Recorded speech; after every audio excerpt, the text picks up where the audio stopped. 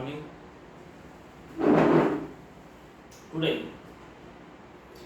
we are here to see a memorial addressed to the Educational Commission by Jyotirao Phule.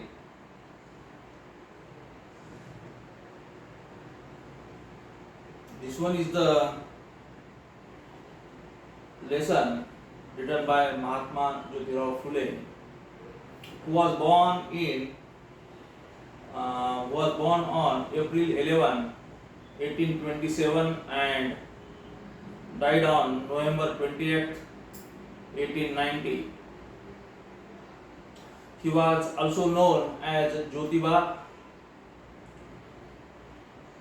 He was a social reformer. He completed his education from Scottish Mission High School, Pune, and grew up to be a prominent thinker, social reformer, and a writer who raised his voice against the prevailing caste system. Together with his wife Savitri Bai Phule, he is known for his groundbreaking work as pioneer of female education.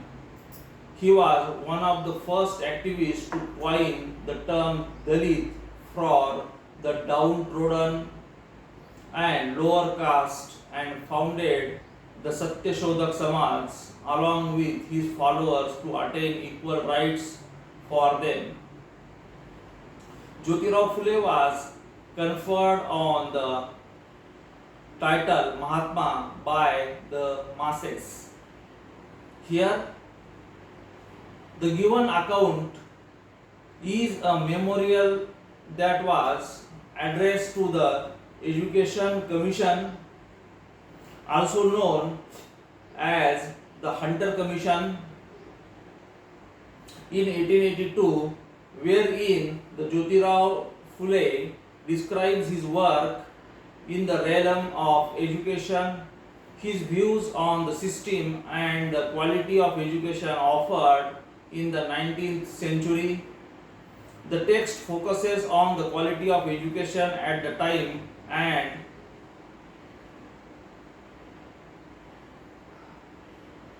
the interference of the caste system in education, educating children of lower caste who were often barred from attending schools. His comments on the Brahmin community and their religious views are of special note in this case. These recommendations are for fine-tune education system with the inclusion of indigenous schools is noteworthy. My experience in educational matters is principally confined to Pune and surrounding villages. About 25 years ago, the missionaries had established a female school at Pune, but no indigenous school for girls existed at the time. I therefore was induced about the year 1854 to establish such a school, and in which I and my wife, this one is the words are of Mahatma Phule.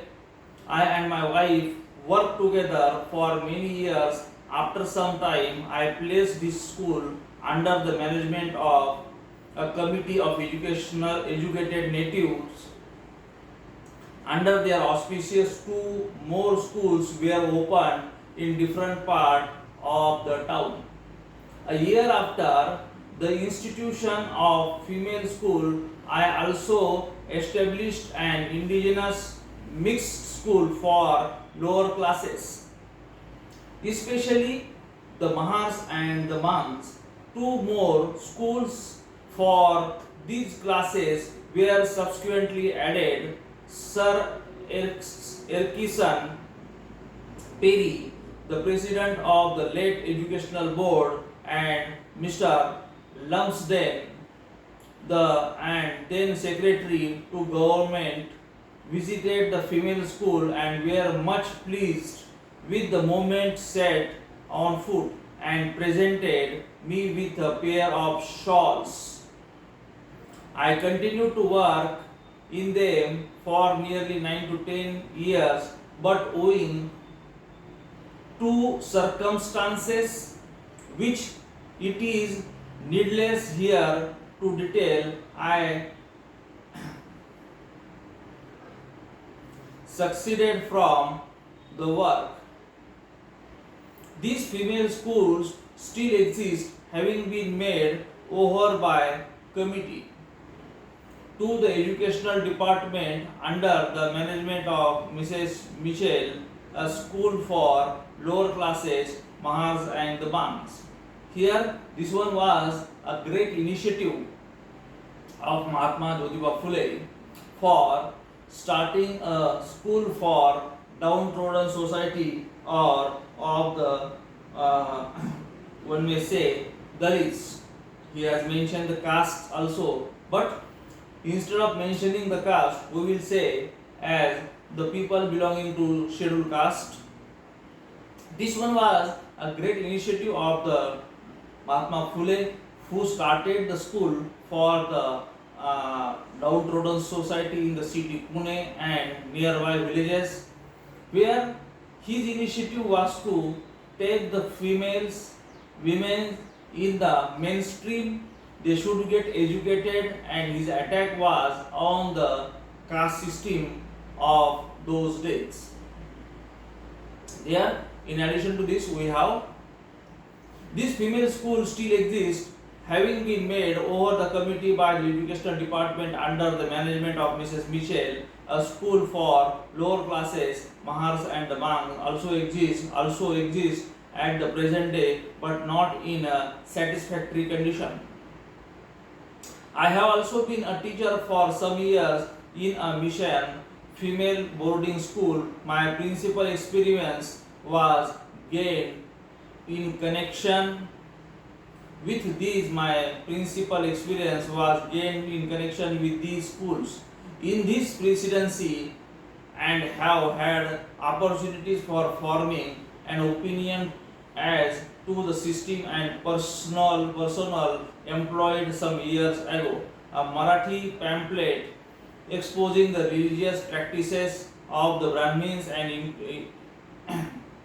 incidentally, among other matters, advertised thereon to the present system of education, which by providing ampler funds for higher education tended to educate Brahmins and higher classes only, and to leave the masses wallowing in ignorance and poverty. I summarize the views expressed in the book in an English preface attached thereto, portions of which I reproduce here so far as they relate to the present inquiry. These are the views of the Mahatma Phule, where he speaks about the present social condition of that days, and he attacked on the caste system, he attacked on the Brahmin system, he attacked on the particularly the Brahmins of those days, where the females were not allowed to get the education, and at the same time he also started the schools for the lower classes, or the especially for the scheduled caste and scheduled tribes. His views about the equality in the society are here again and again focused by our writer Mahatma Phule. That the government should expend profusely a large portion of revenue thus raised on the education of the higher classes. For it is these only who take advantage of it is anything but just or inequitable. Their object in patronizing this actual high class education appears to be to prepare scholars who it is thought would in time when learning without money and without price. If we can inspire, say they, the love of knowledge in the mind of the superior classes, the result will be a higher standard of morals in the cases of the individuals. A large amount of affection for the British government and unconquerable de- desire to spread among their own countrymen the intellectual blessings which they have received.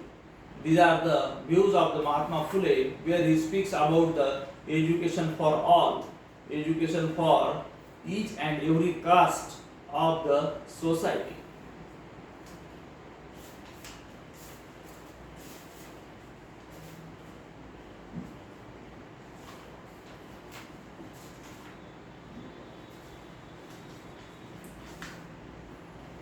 Regarding these objects of government, the writer about allude to state that we have never heard of philosophy more benevolent and more utopian.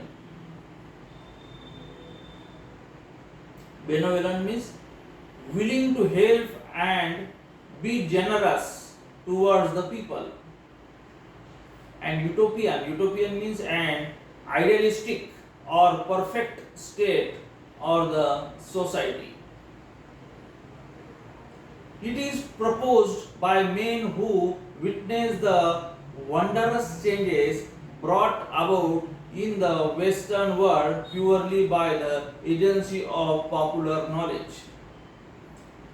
To redress the defect of the 200 millions of India by giving superior education to the superior classes, and to them only, we ask the friends of Indian universities to favor us with the single example of the truth of their theory form. The instances which have already fallen within the scope of their experience. They have educated many children of wealthy men and have been means of advancing very materially the worldly prospects of some of their pupils. But what contribution have these made to great work of regenerating their fellow men? How have they begun to act upon the masses? Have any of them formed classes at their own home or elsewhere for the instruction of their these fortunate or less wise countrymen? Or have they kept their knowledge to themselves as a personal gift, not to be soiled by contact their ignorant vulgars? Such type of the thoughts here are of the Mahatma Phule. His prime intention was to take the society or each and every class of the society in the mainstream. That his prime intention was to educate each and every person in the society. The caste is not the matter. Whatever may be the caste, whatever may be the religion, but the prime intention of the Mahatma Phule was to take the men and the women of each class, each caste, each religion in the mainstream, and everyone should get educated, everyone should learn, everyone should go to school, everyone should go to colleges and should acquire the knowledge. This one was the prime intention of the Mahatma Phule while addressing to the Education Commission. And the remaining part we will continue in the next lecture. Okay, thank you, good day.